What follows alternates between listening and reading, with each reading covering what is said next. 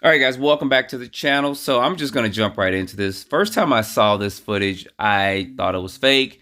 I saw it again. I said, this is fake. Looks like someone's tethering something. You can't make out the craft or anything. But looking at some other video footage and photos that I have, this may be an authentic UFO video or even ARV footage. And this footage comes from George Adamski. Now, I'm going to do a full-blown video on him. It's probably going to be a 20-30 minute video talking about what he saw, some of the videos and photos that he has. But when I started looking back at that footage and doing some research and looking at some of the photos I have in my archive, that particular video and that craft does resemble and remind me of stuff like what you're seeing here. This one was taken in China.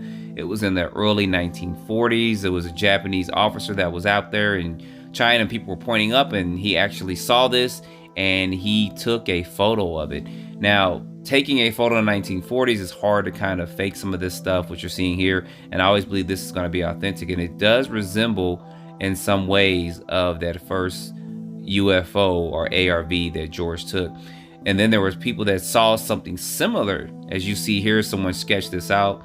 They saw this from a bedroom window. The only thing I look at is when they talk about, you know, the realistic trail of smoke coming from the rear of it. So this may actually be a ARV and not a UFO as what George saw. But I posted a video a couple of days ago, and in there I showed this photo. Now, there wasn't any detail on this photo except for someone found in the family Bible, and it was in the 60s, and it basically went viral, or as much as it could go viral at that time.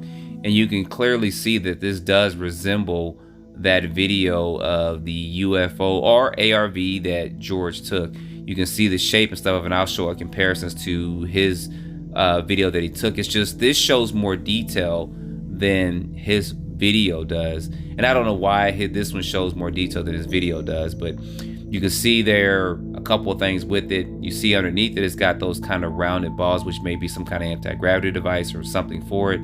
The sun kind of reflecting off of it too. You can see all that there, but this does resemble that in a lot of ways. And that could just be me, and I'll explain why it looks kind of weird in the actual photo there to your left. But looking at other photos around that time, you do see craft that looks similar to it, like what you're seeing here. And these photos, when you try to bring them in through video, they kind of get blurred and distorted, especially when you start to zoom in on them. But the photo or the actual video of what George recorded, I'm going to show you right here. And this is kind of what amazed me as I looked at this and heard a couple of people talking about it. The craft is moving. It does look like it's tethered from a string. I'm still going to say that, but it's probably not. But the shape changes.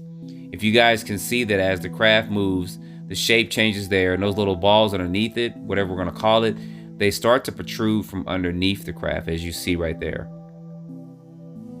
And then as the craft starts to move again, those balls seem to retract back underneath the craft.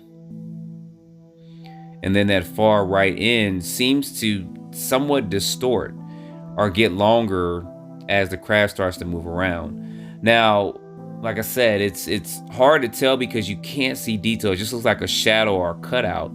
But right here is where it's going to distort its shape a little bit, where the right side looks a little bit longer than the left side.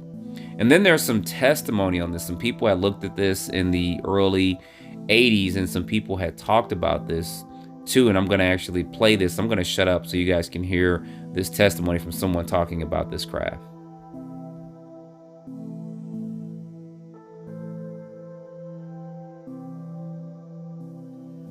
The scout craft never touches the surface of the planet. In other words, when it comes down to land, even when the propulsion system is shut, what you and I would consider off, there's always a trickle charge going through, so it maintains several inches off the surface of the ground.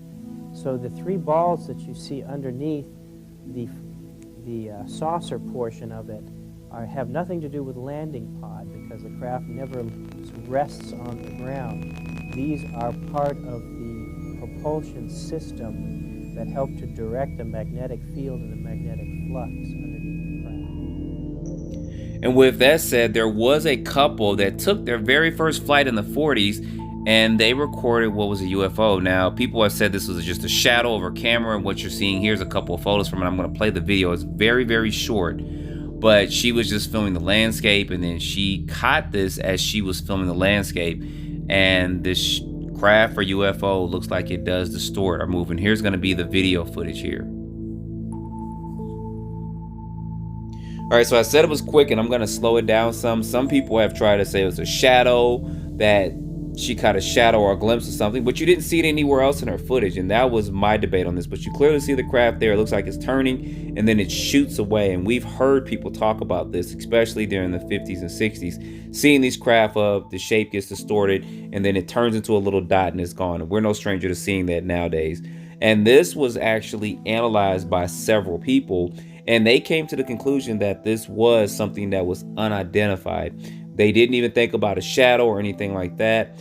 And the skeptics talked about it, but it came to the conclusion that this was, or what she filmed was, an unidentified object, unidentified flying object, or a UFO. Which brings me back to the stuff with George. So I'm going to look at this stuff a little bit closer and try to present as much evidence as I can just to show this to you guys. But I'm interested in your thoughts on it. So put your comments down below of what you guys think about George's footage, what you think about this footage or this video or photo right here, and other things too. And don't forget to like, subscribe. I'm going to do a video probably the next week to talk more about George, and I'll see you guys then. As always, I appreciate you guys watching.